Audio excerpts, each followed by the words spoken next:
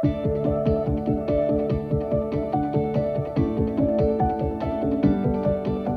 Mike, what's the process for determining when a prototype is actually ready for production? Very good question, and often misunderstood. So prototypes are just that. They are a first run look at what your product is going to be. But they can't be really a production product until several things have occurred. Number one, we've got to get it out in the market and have some alpha and beta customers who can review the product, use the product, and get some field time to make sure it works exactly the way the customer wants it to work, not just the way it was designed. So the design might be correct, but it turns out the customers have a different use case for how they want it than was original. Number two, it's got to be made to be manufacturable, so we call it DFM, Design for Manufacturability. So that should have been in the initial design, but you need to make sure you met all that.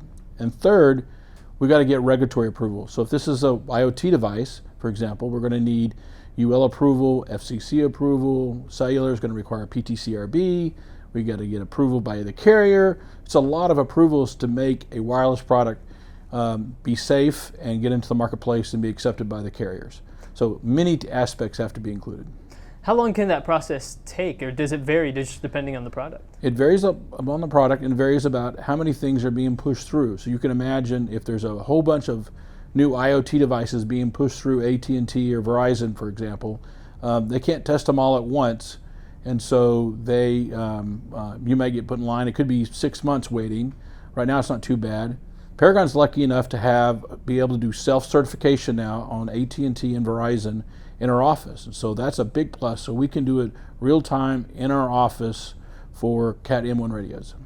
That's fantastic. I think one of the things that you mentioned that really stood out to me was just that idea that sometimes consumers use products differently than maybe they were intended to be used, but people are just looking for something that satisfies and meets that need, perhaps. And so I think that's a pretty crucial element to this. It is. I mean, think about an Android phone and an iPhone. Both do the same thing. Fundamentally, both do email, text, video, etc. But one has a different user interface, a different feel. Some users are more attracted to the iPhone, some are more attracted to the Android.